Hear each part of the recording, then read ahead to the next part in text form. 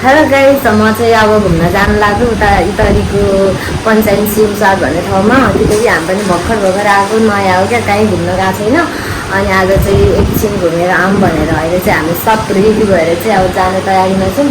Location चाहिँ म्यापमा हेर्दै जाने, हामीले पनि त्यति थाहा त छैन बाटो। अब हामी एकछिन पुग्दैनौँ, हेर्दै जानुलाई गाइस।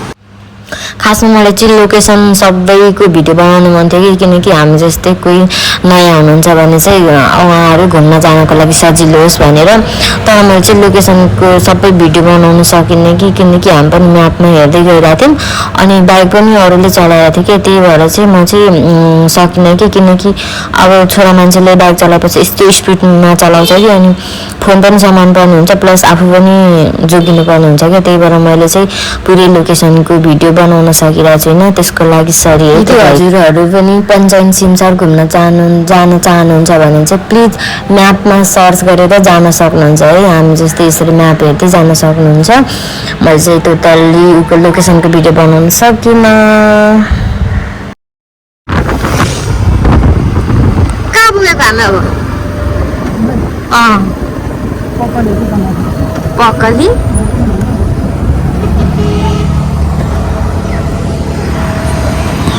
लोकेसन थाहा नगएपछि लोकेसन थाहा नगएपछि गाह्रो छ हामीलाई म्याप हेर्नुपर्ने हुन्छ।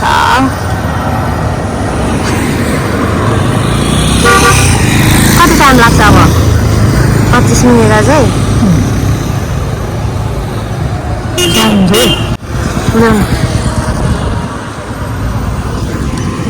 Let's go. यस्तामा सपना बोकेर आएर सपना पुरा नभएर फर्केको को हुनुहुन्छ गाइस, प्लिज कमेन्ट गर्नु है। म पनि 2 चोटि आएर फर्केको मान्छे हो क्या पहिलाको जमानामा। अहिले त ब्रेसका लागेर यसो म चाहिँ अहिले यसरी घुमिरहेको छु, चिलमा घुमिरहेको छु। तर पनि केही छैन, मलाई त्यस्तो केही गुनासो पनि छैन। जस्ट मलाई घरिघरि याद चाहिँ आउँछ क्या, यो ठाउँमा आएको थिएँ, यो ठाउँमा गएको थिएँ, यो ठाउँमा पहिला यस्तो भएको थियो, म यस्तो गर्थेँ, अहिले यस्तै छु भन्ने चाहिँ हुन्छ। त्यस्तो केही हुँदैन। हामी चाहिँ अब सिमसार पुग्न लागेको अवस्था है। यसो म्याप हेर्दा चाहिँ सिमसार पुग्न लागेको जस्तो छ, म्यापले त्यही देखाइरहेछ। हामी चाहिँ यस्तो कच्ची बाटो रहेछ क्या, अनि त्यता चाहिँ पातल बस्ती रहेछ, एउटा घर रहेछ, अनि कस्तो भित्र रहेछ नि त यो सिमसार त। अनि हामी चाहिँ सोध्दै लोकेसन हेर्दै गइरहेको छौँ। बाटो चाहिँ यत्रो मुसा हिँड्ने बाटो चाहिँ।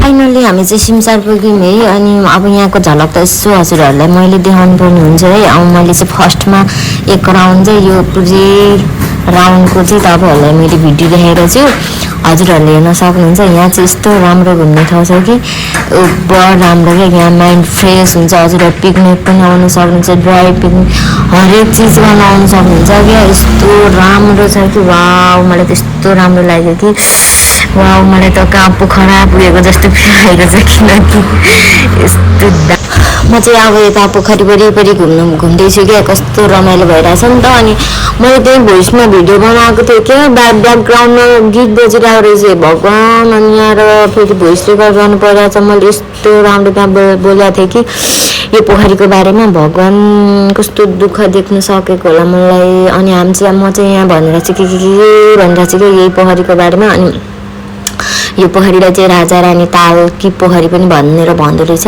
मलाई चाहिँ मेरो साथीहरूले भनेको क्या, मलाई पनि खासै थाहा त थिएन। मेरो साथीले त्यहाँ घुम्ने ठाउँ राम्रो छ, जाउँ न भनेर चाहिँ म चाहिँ अब 1 घन्टाको टाइम निकालेँ, किनकि मसँग टाइम थिएन। 1 घन्टाको टाइम निकालेर म चाहिँ घुम्न गएको थिएँ। म चाहिँ यताउति घुमिरहेको चाहिँ एकदम राम्रो देखिरहेछ नि त। अनि उता पनि मान्छेहरू धेरै थियो कि, हामी चाहिँ यतापट्टि 2 जना छिरेर हामी चाहिँ घुमिरहेको छौँ। अनि त्यहाँ मैले चाहिँ लजावती झार भेटेँ कि, अनि त्यहाँ त्यस्तै चलाइरहेको छु। अनि त्यसको फुल पनि कस्तो राम्रो छ नि। ती बेलामा चाहिँ प्रायः फुलहरूलाई चाहिँ अगाडि नै किम्मा गरिरहेको हुन्छ क्या, प्रायः जुनै फुल भेट्यो भने। अनि म चाहिँ यताउति हिँडिरहेको छु, कस्तो राम्रो ठाउँ भन्दै यताउति सिन पनि देखाइरहेको छु क्या, एकदम राम्रो लागिरहेको छ मलाई चाहिँ। एकदम राम्रो यस्तो काठको रहेछ क्या, एउटा मन्दिर होइन, बस्ने त पार्टी भन्छ यहाँ रहेछ है। यो मान्छे चाहिँ फोटो खिच्नु पनि आउँदैन। पञ्चायत सिमसारमा चाहिँ दुईवटा उता पोखरी रहेछ क्या यहाँ यस्तो खालको चाहिँ कस्तो दामीको क्या यता पनि एउटा खुट्टा छ यता पनि एउटा खुट्टा छ त्यहाँ पनि एउटा छ त्यसपछि यो चाहिँ यता यता आएर यता जोडेको रहेछ क्या अनि यहाँ चाहिँ यस्तो छ यहाँ पर म जुम गरेर देखाउँछु त्यहाँ चाहिँ तपाईँहरूले सिकुवाहरू पकाएर खाने ठाउँ रे त्यहाँ हामी त्यहाँ चाहिँ गएनौँ किनकि हामी सेकुवा पोलेर खाने तरिकाले आएको छैनौँ नि त त्यही भएर हामी चाहिँ अब छिटै फर्किने अब यताउति सबै हेरेर फर्किने गाइड्स अनि म चाहिँ यस्तो अवस्थामा छु रमाइलो भइरहेछ इतरी आएदेखिको फर्स्ट टाइम म यहाँ घुम्न आएको अरू ठाउँ कहीँ पनि गएको छैन बुझ्नु भयो कुरो एक शब्द जाओस् न एक शब्द के पठाउने यार च्यो पनि छैन हामी चाहिँ यहाँ के भन्छ इटरीको पञ्चायत सिमसार भन्ने ठाउँमा आएको एकदम रमणीय रहेछ तर अलिक पहिलाभन्दा चाहिँ मान्छेको चल पहल चाहिँ घटेको रहेछ तपाईँ पनि आउनु भएको थियो पहिला एकपल्ट आएको थियो कोसँग? एउटा केटी लिएर थक केटीले पनि छोडेको हो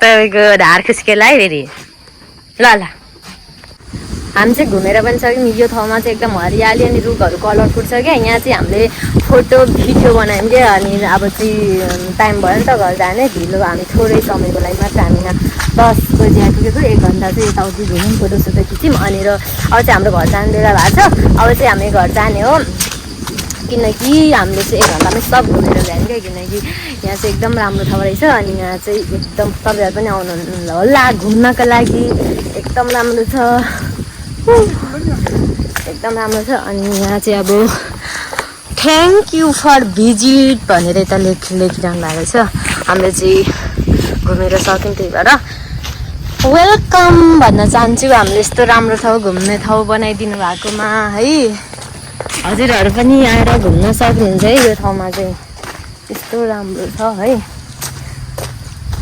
बाइकमा त भिडियो बनाउनै सक्दिनँ भिडियो बनाए यस्तो 100को 100को स्पिडमा हाँक्नु खोज्छ यो केटाहरूले अनि कहाँ आफू जोगिनुपर्छ फोनलाई पनि जोगाउनुपर्छ अनि भिडियो बनाउनु त चान्स नै मिलिरहेछ आफै चलाउँदा मात्रै सजिलो हुन्छ क्या आफूले लिमिटमा चलाइन्छ अनि भिडियो पनि बनाउन पाइन्छ यो चलाउन मान्छे छुट्टै भएपछि त झन् गाह्रो छ त्यही भएर अब मेरो भिडियो चाहिँ यति नै हुनेछ बाई बाई गाइज